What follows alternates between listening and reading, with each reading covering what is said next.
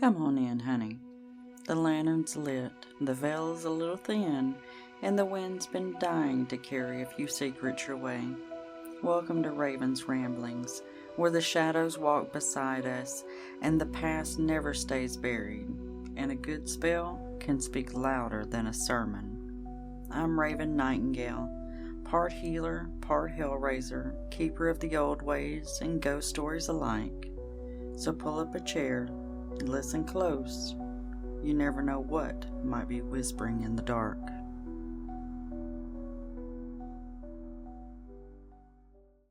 Welcome, my loves. Welcome back to Raven's Ramblings. If this is your first time here, welcome. I'm Raven.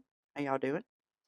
And if you've been walking this path with me for a while now, then you know that this space is not about perfection. It is about truth. It is about becoming. It is about the version of yourself that keeps going, even when it would be easier not to. And today's episode is a big one. This is officially episode number 50. And it has officially been 1 year since I started this podcast. And yes, I know there's minis and bonuses and all that, but it's the calendar year mark of when I did this. This is 1 year of me showing up, 1 year of speaking things out loud, 1 year of learning what it really means to be seen and still stay. So today we're not doing any kind of lesson or anything. Not going to dive into any correspondences or herbs or spells.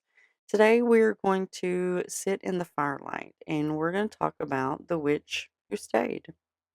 Okay? Because 1 year ago, I was in a very dark place, but I sat down at my laptop at the time, which was teeny tiny, it was a little 13-inch, and I hit record for the very first time. And if I'm being honest, I don't think I fully understood what I was starting, what I was doing.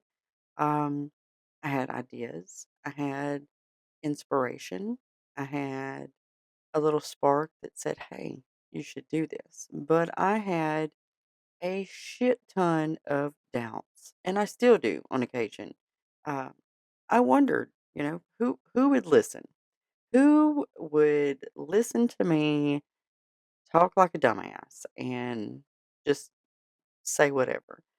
Would I run out of things to say? Would I stick with it? Oh, that is a big one for me. Would I stick with it? Because I am horrible about hobby jumping.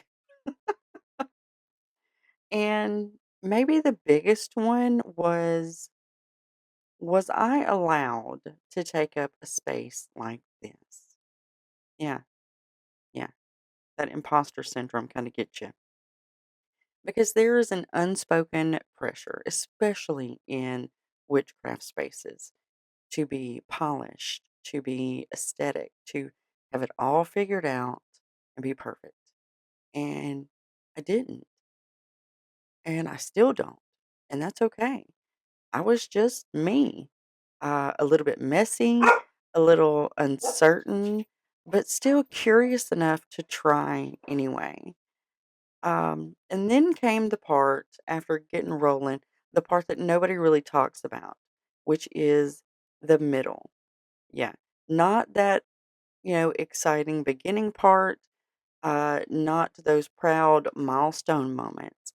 The middle is where things get kind of quiet, where the motivation dips, where life gets kind of heavy.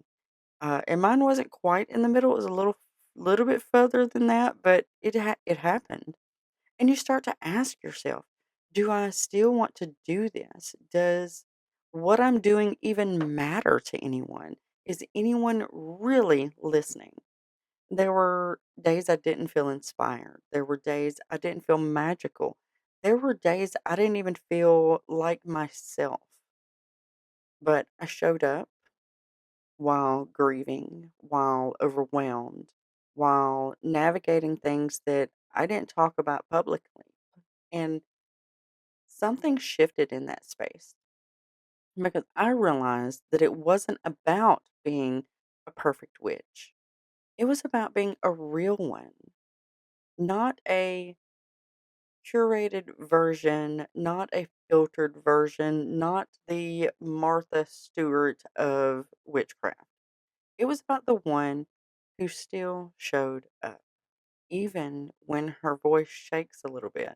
And honestly, it still does.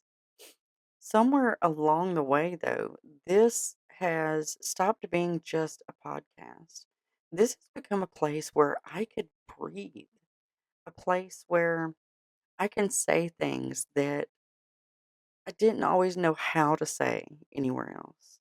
This has been a place where I can explore my craft, not as something rigid or performative, but as something living, something that is continuously evolving, something that is growing with me. And maybe the most unexpected part about this whole thing was realizing that I wasn't alone. Uh, I've gotten messages and comments and quiet listeners who don't say anything, but they keep coming back. And that's why at the end of my episodes I always say, "Hey, like and share and comment and send me messages, leave a review, just just that connection that means so much to me. And your comments can mean something to others because people read those, you know?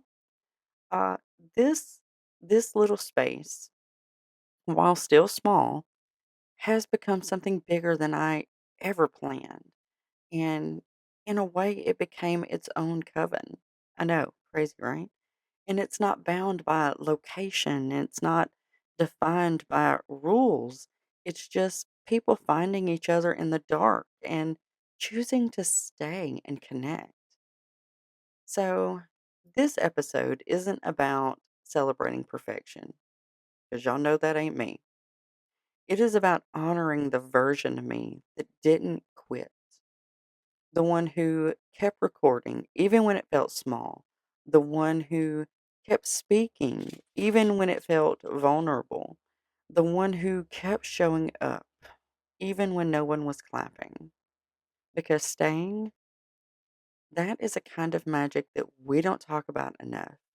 You know, we celebrate when someone begins a journey and we celebrate when someone wins or ends a journey. But that staying in the middle is a very quiet magic. It is resilience and devotion, and it is choosing yourself over and over again. And that is an amazing thing. I am not the same witch who started this podcast a year ago. And honestly, I don't want to be. I don't. My practice has changed. My voice has changed. I've changed. I've learned that I don't have to fit into anyone else's idea of what a witch should be. I do not have to perform my magic for someone else. I get to live my magic and live my craft. And it is messy and chaotic and honest and evolving. And maybe that is the real magic of all of this. Not becoming somebody that's perfect or something that's perfect, but something that's true. Yeah. So here we are, the end of season one and the beginning of season two, something brand new. But it doesn't feel like a fresh start to me. It feels like I'm taking a deeper step inward. Less pressure, but more truth, more shadow, more fire, more of the things that truly do matter. And I want to explore more depth, more honesty, more of the real life experience of being a witch in this world, not just the aesthetic, which is amazing. Let's just face it, the witch aesthetic is amazing. But I want to explore the embodiment, okay? What it really means to be a witch. So, before we close this episode, I want to invite you into something simple.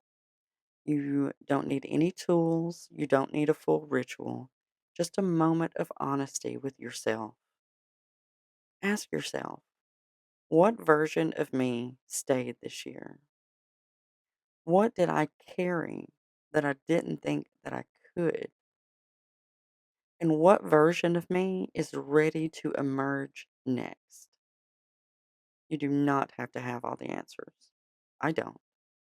But just noticing those things is enough. So, to everyone who has listened and supported and shared, or even just quietly existed alongside this space, thank you.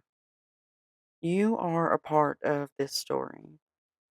And if no one has told you lately, I am proud of you for staying too. Through the hard things, through the quiet seasons, through the parts that no one else sees. That kind of strength, that's magic. And as always, my dears, stay a little wild, stay a little witchy, and I'll see you in the next one. Bye.